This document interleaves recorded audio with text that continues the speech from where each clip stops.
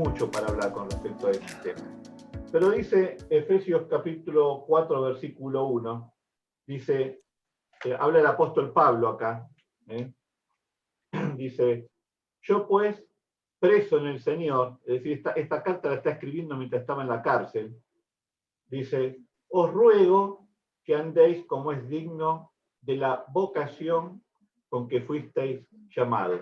Es decir, les ruego que hagan la función y la tarea por la cual Dios los llamó a ustedes, a cada uno de los que están acá.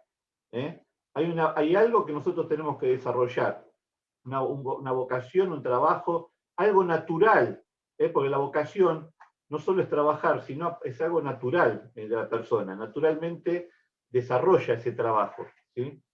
Ahora dice, con toda humildad y mansedumbre, soportando con paciencia los unos a los otros en amor.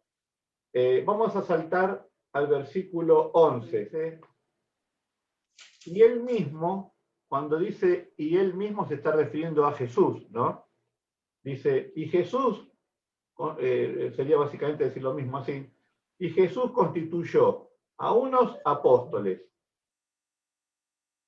a otros profetas, a otros evangelistas, a otros pastores y maestros, ¿sí? A fin de perfeccionar a los santos para la obra del ministerio, para la edificación del cuerpo de Cristo. Acá viene un poquito la respuesta que le termino de definir a Rita.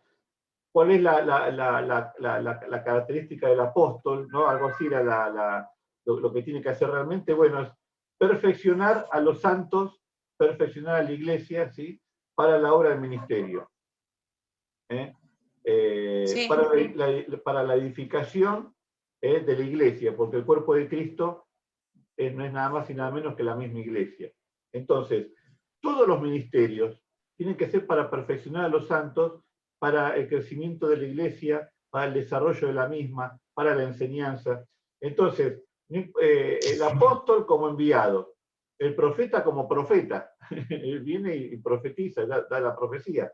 Después, los evangelistas trayendo almas nuevas, y pastores y maestros, que es más o menos parecido. Los pastores tienen una congregación fija, los maestros son más bien de formar discípulos, pero básicamente suelen ser tareas muy parecidas. A veces uno está escuchando un pastor y parece más maestro, porque da más enseñanza que otra cosa. Y hay maestros que uno los escucha y parecen más pastores, ¿sí? Pero no podemos dudar de que tiene que ser para la edificación del cuerpo de Cristo. Todo esto lo hace el Espíritu Santo. Seguimos leyendo. Versículo 13. Hasta que todos lleguemos a la unidad de la fe y de conocimiento del Hijo de Dios, a un varón perfecto a la medida de la estatura de la plenitud de Cristo. Porque no solo la unidad de la fe, sino aparte nuestro, ¿cómo se dice? Nuestro patrón, ¿sí? A donde tenemos que llegar es ser, dice, al conocimiento del Hijo de Dios. Entonces, dice, a la medida y la estatura de la plenitud de Cristo. Si esto les parece una cosa casi exagerada del apóstol Pablo, en realidad para mí no solo no lo es, sino que, porque si nosotros nos llamamos cristianos, como siempre digo, si analizamos la palabra cristiano, ¿saben qué significa? Pequeño Cristo. Es decir, cada uno de nosotros, los que estamos acá, en un sentido directo, somos como un Cristo nada más que más pequeño.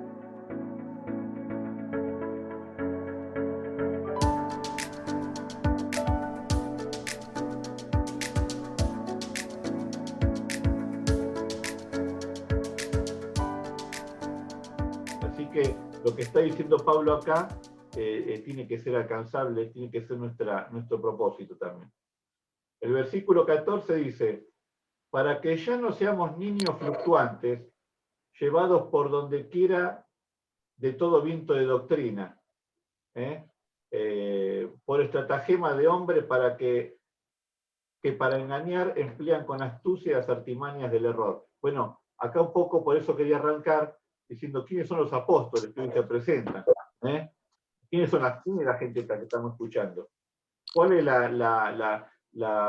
lo que nosotros tenemos que buscar? A mí no me importa que se llame pastor, evangelista, apóstol, yo quiero ver qué mensaje está dando. Mira, ahí es donde vamos a decir si realmente es enviado. ¿eh? Por eso acá el apóstol advierte, acá van a venir, tengan cuidado porque va a aparecer de todo, y enseñando cualquier cosa. ¿eh? Entonces dice el versículo 15, nosotros siguiendo la verdad en amor, crezcamos en todo en aquel que es la cabeza. Esto es Cristo. ¿eh? Acá el énfasis siempre es todo lo que hacemos, lo hacemos por Cristo y para Jesucristo. De quien todo el cuerpo, bien concertado y unido entre sí, por todas las coyunturas que se ayudan mutuamente, según la actividad propia de cada miembro, recibe su crecimiento para ir edificándose en amor. ¿Qué quiere decir este versículo? Lo traduzco. Cada uno con su ministerio, ¿sí? con el desarrollo que habla Pablo de cada ministerio que tenemos cada uno de nosotros, nos vamos a ir articulando de tal manera que así podemos llegar a hacer un crecimiento como iglesia, ¿sí? Y principalmente con la base en el amor. ¿eh? Esa sería un poco la traducción del versículo 16. Ahora, vamos a terminar con estos versículos que me parecen importantes para seguir con esta línea del Espíritu Santo, porque todos estos ministerios son desarrollados y levantados por el Espíritu Santo de Dios. ¿eh? No van a quedar dudas. Dice así, dice el apóstol, versículo 10, dice, esto les digo, que ya no anden como andan los gentiles. Los gentiles sabemos que es la gente del mundo, la gente que no quiere saber de Dios. ¿eh? Entonces dice, no anden como la gente que no quiere saber de Dios, que andan en la vanidad de su mente. Es decir, que viven, esa vanidad de la mente quiere decir que viven con criterios equivocados, viven como a ellos les parece, como a ellos les da la gana. Dice, versículo 18, teniendo el entendimiento entenebrecido, ajenos de la vida de Dios por la ignorancia que en ellos hay, por la dureza de su corazón. El entendimiento entenebrecido, están hablando de una dureza, gente que se ha endurecido para escuchar las cosas de Dios. ¿eh? Entonces, el apóstol sigue diciendo, los cuales después de que perdieron toda sensibilidad, se entregaron a la lascivia para cometer con avidez toda clase de impureza. ¿Qué está diciendo acá? Esa gente con el corazón duro, que se revela a los principios de Dios, que parece como que no les pasa nada, ¿sí? Parece como que viven su vida, y no solo eso, sino que aparte dice que se sumergen en cosas terribles, porque acá lo que está diciendo es, cuando habla de la lascivia, para cometer con toda avidez, toda clase de impureza, acá lo está diciendo en un lenguaje muy coloquial, lo que está diciendo es gente que se tira al mundo a hacer las peores cosas que se le puede ocurrir y hacer. Vamos a hablarlo en criollo. ¿eh? Que no solo le dan la espalda a Dios, no solo niegan, sino que encima se tiran en el mundo y hacen cualquier cosa. Bueno, todo esto que parece que pasar así por rápidamente, tiene terribles resultados en la gente. Aunque en principio no se lo ve. Aunque en principio pareciera que no. Es decir, el apóstol dice acá que toda esa gente que se entrega al desenfreno, a toda clase de impureza, todo eso va a tener una consecuencia. Y acá quiero hacer algo, hablar muy brevemente de la palabra, a ver cuánto tenemos. Sí, tenemos tiempo. La palabra pecado, que es la palabra famosa que todos le escapan, ¿sí? o suena tan religioso. La gente no quiere saber, no me hables de pecado porque es imposible agradar a Dios, porque siempre alguna nos vamos a mandar. Y realmente volvemos a decir lo mismo, no entienden el significado de la palabra, erran en lo conceptual. Entonces, de esa manera, nunca van a poder acceder realmente a lo que Dios tiene preparado para ellos. ¿sí? Por la palabra pecado, ¿sí? Nosotros hoy en día, cuando se traduce la palabra pecado, nosotros la traemos del latín, ¿sí? deriva después en nuestro español, en las palabras que hablamos cotidianamente, ¿no? Pero dice que significa que es la transgresión voluntaria y consciente de la ley divina. Es lo que decíamos recién. En alguna siempre le vamos a errar, así que siempre vamos a pecar, así que esto para mí, el tema de Dios, no va conmigo. Pero eso es una palabra del latín. Nosotros tenemos que ir al original. ¿Qué decía el original? ¿Qué tiene que ver la palabra en el momento en que se dijo con lo que después terminó derivado hoy en día? Hay una gran diferencia, porque la verdadera palabra, pecado, es griega, ¿sí? Es griega. Y la definición de pecar significa errar al blanco. Cuando uno busca en el diccionario encuentra la primera definición: transgredir la ley de Dios. Entonces la gente dice, ya está, ya empezamos, y se va. Ahora, cuando alguien dice, mirá, está cerrando el blanco, querido amigo, entonces la persona dice, ¿hay otra alternativa?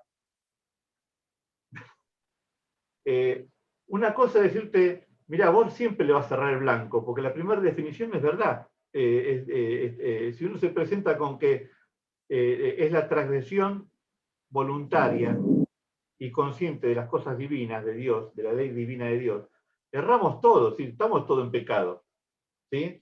Ahora, si nos remitimos a la palabra, a la esencia de la palabra griega, que dice errar al blanco, ahí ya me está hablando de otra cosa. Estoy errando el camino. Estoy errando a algunas cosas que evidentemente se pueden mejorar, se pueden cambiar. Hay una oportunidad de cambio.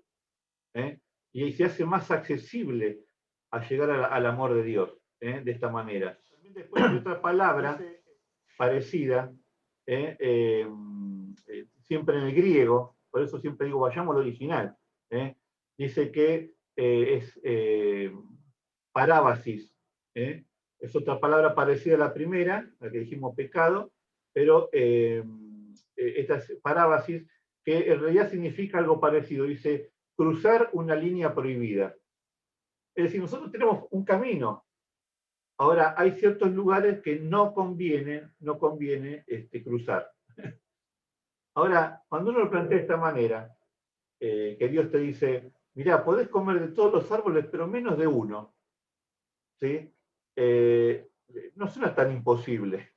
El hombre es el hombre, fue y comió de ese uno. Pero no suena tan imposible. Dios jamás te plantea cosas que son imposibles de alcanzar, porque no, si lo razonamos desde un punto de vista más normal del mundo, no tiene lógica. Tiene que ser alcanzable lo que Dios nos da para nosotros.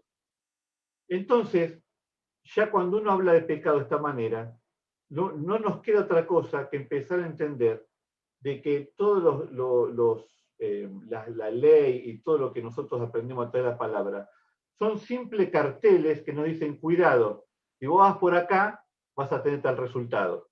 Cuidado, si vos haces esto, vas a tener este resultado. Cuidado, es decir, son advertencias. Son advertencias. Si vos no prestás atención, cuidado, podés cerrar al blanco. Es decir, podés pecar. Y cuando uno va por un camino y se sale del camino, las consecuencias normalmente no son buenas. Que uno dice, ya Dios me castigó. No, no es que Dios te castigó, Dios te está diciendo cuidado, porque ya hay algo preestablecido para que camines. Si vos te salís de ahí, la consecuencia, no me eches la culpa a mí, sos vos el que te está saliendo.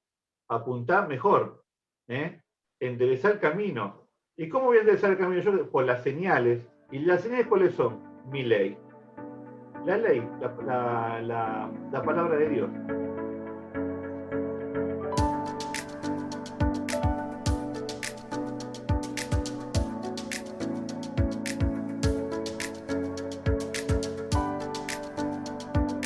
Versículo 20. Venía diciendo de que la gente del mundo no le importa nada y de repente hoy se sumerge al mundo y vive su vida como les place, ¿sí? Pero todo tiene una consecuencia tarde o temprano, es acumulativo. En algún momento viene alguien, ¿vieron como cuando uno debe los impuestos? a la luz o al Estado, un día te tocan el timbre y te dicen, mirá, te dejamos pasar todos estos meses, pero todo este choclo lo vas a tener que pagar sí o sí. Así es el pecado. Y esa es la mayor trampa que tiene el enemigo, ¿no? Porque al principio no se ve la consecuencia y parece como que no pasa nada. Y pasa otra vez y otra vez y otra vez, y en un momento te viene toda junta. Y cuando viene toda junta, uno dice, pero ahora no tengo para pagar todo. Hay que pagar todo. Entonces, en cambio, entonces el apóstol dice, versículo 20, pero ustedes no aprendieron así. Mas vosotros no habéis aprendido así de Cristo. Dice, si en verdad le habéis oído y habéis sido en él enseñados conforme a la verdad que está en Jesús, en cuanto a la pasada manera de vivir, despojaos del viejo hombre que está viciado conforme a los deseos engañosos. Tiene que haber una pasada manera de vivir. Si nosotros no tenemos una pasada manera de vivir, nunca hemos nacido de nuevo. la nueva vida que el Señor nos prometió. Pues se acuerda cuando Nicodemo se acercó a Jesús. Nicodemo era un entendido de la palabra de Dios en aquel tiempo. Y Jesús le da un remate diciendo, si no naces de nuevo del agua y del Espíritu, no puedes entrar al reino. Y Nicodemo miraba así, no encontraba nada. Todo lo que había estudiado no le sirvió de nada. Entonces, eso lo pueden encontrar en Juan 3:3, cuando Jesús le termina diciendo, de cierto te digo, el que no naciere de nuevo no puede ver el reino de Dios. Y acá Pablo lo está diciendo, despójense del viejo hombre. Despójense con sus vicios, con todas sus cosas. A veces arrastramos vicios que tienen que ser puestos a los pies de Jesucristo, de la vieja vida. Tiene que haber una diferencia. Y esto, ¿quién lo logra en nosotros? Con el tema que estamos tratando, el Espíritu Santo. El Espíritu Santo lo logra en nosotros. Ahora, seguimos. Dice, versículo 23, y renovaos en el espíritu de vuestra mente. Es decir, esta mente tiene que cambiar. Si antes teníamos la mente y pensamos de una manera, tiene que cambiar nuestra forma, hasta nuestra forma de pensar. Dice, y vestidos del nuevo hombre, creado según Dios en justicia y santidad de verdad. Por lo cual, desechando la mentira, hablar cada uno con su prójimo, porque somos miembros los unos de los otros. Es decir, no mentir. Después dice, versículo 26, airaos, pero no pequéis. No se ponga el sol sobre vuestro enojo, ni deis lugar al diablo. ¿Saben que nosotros nos podemos enojar? La gente dice que cuando vos te enojás, pecaste, erraste al blanco. Y en realidad, hay sentimientos que no se pueden controlar, y algo que es incontrolable, ¿cómo haces? Pero lo que está diciendo el apóstol acá, es decir, mirá, si te pasa algo así, no hagas nada. Por eso dice, airaos, pero no pequéis. Dice, enójense, pero no actúen. Y no actúen hasta cuándo, hasta que eso se pase, hasta que ese estado se pase y puedan razonar mejor. Por eso dice, no se ponga el sol sobre vuestro enojo, porque cuando uno actúa bajo ese sentimiento de enojo, de ira, porque ira tiene que ver con la ira, y cuántas circunstancias nos pasan así, que a veces nos llevan a ira. Son imposibles de evadir eso. Te va a pasar, en algún momento te vas a llenar de ira, vas a decir, ¡ah! Dice, pero cuando dice no pequéis, lo que está diciendo es no obren, no hagan nada, hasta que eso se pase. Dice, porque si no, se puede poner, vas a quedar cegado, vas a hacer algo cegado. Por eso dice, no se ponga el sol sobre vuestro enojo, ni deis lugar al diablo. Versículo 29, ninguna palabra corrompida salga de vuestra boca. A mí me encanta la versión Reina Valera porque siempre usa ese lenguaje así coloquial, ese español antiguo. Dice, ninguna palabra corrompida salga de vuestra boca. Pero en realidad lo que está diciendo acá es, ninguno diga mala palabra, ninguno me diga palabrotas. Ninguno sea mal hablado, que anda diciendo ahí hablando. Acá en criollo, que estamos acá poquitos hoy, aprovechemos y lo blanqueamos. El apóstol Pablo te dice, no salga palabra corrompida de vuestra boca. En realidad los traductores Reina y Valera usan ese lenguaje coloquial, ¿no? Pero acá está queriendo decir, el boca sucia no va más. Boca sucia ni siquiera cuando te martillas un dedo.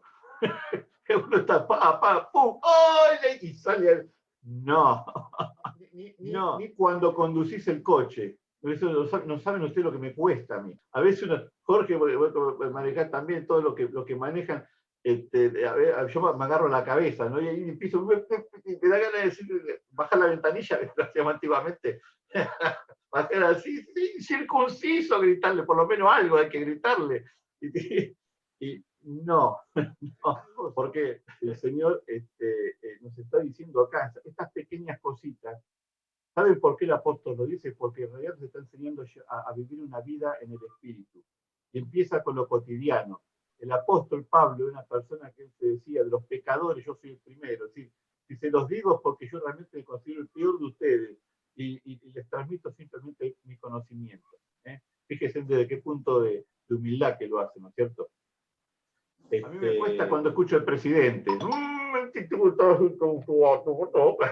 Y cambiar de canal y poner el Discovery. Y no porque esté en contra del presidente, sino que uno piensa diferente, pero son cosas que el enemigo nos conoce. Y esas palabras tienen poder. Cuidado con eso. Todo lo que decimos y que lo expresamos tiene poder sobre nosotros también. Lo que decimos tiene poder sobre nosotros.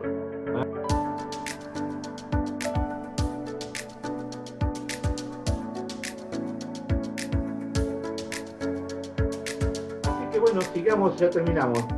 Dice, ninguna palabra, versículo 29, ninguna palabra corrompida salga de vuestra boca, sino que la que sea buena para la necesaria edificación a fin de dar gracia a los oyentes, ¿sí? Es decir, a fin de que el que te escucha sea edificado. Dice, y no contristéis al Espíritu Santo de Dios. Porque todas estas cosas que venimos nombrando no es por casualidad. Dijimos que estamos hablando del Espíritu Santo, bueno, todo esto lo contrista al Espíritu Santo. El hablar mal, el robar, bueno, todo lo que el apóstol recién venía nombrando, cosas cotidianas, cosas que luchamos permanentemente, ¿sí? Pero el apóstol nos empuja a poder vivir en esa vida de parte del Señor. Entonces dice, y no contristéis al Espíritu Santo de Dios, con el cual fuiste sellados para el día de la redención. Tenemos un sello, hermanos, que nos diferencia del resto de la gente. Es un sello que lo ve solamente Dios, los ángeles. En el mundo espiritual se ve, lo tenemos en la frente o en el corazón. Acá no dice realmente dónde está ese sello, pero está en algún lugar nuestro que lo ve Dios, los ángeles, el mundo espiritual. No lo percibe el hombre natural, pero está ahí, y que nos diferencia del resto. Jesús mismo dijo, yo conozco a los míos, yo conozco quiénes son de mi rebaño. Fuimos sellados para el día de nuestra redención. Quítense de vosotros toda amargura, enojo, ira, gritería, maledicencia, toda malicia. Antes sed benignos unos con otros, misericordiosos, perdonándoos unos a otros como también Dios os perdonó a vosotros en Cristo Jesús. ¿Sí? Acá terminamos la carta y a lo que nos quiere llevar el apóstol es a la dependencia del Espíritu Santo a través de estas pautas, porque es casi charlado lo que el apóstol, acá esto es una carta del apóstol, pero lo hizo tan ameno que realmente lo hace accesible. ¿Se dan cuenta? La parte fundamental del Evangelio es accesible al ser humano. Solo necesita una decisión nuestra, un compromiso nuestro, y que es alcanzable.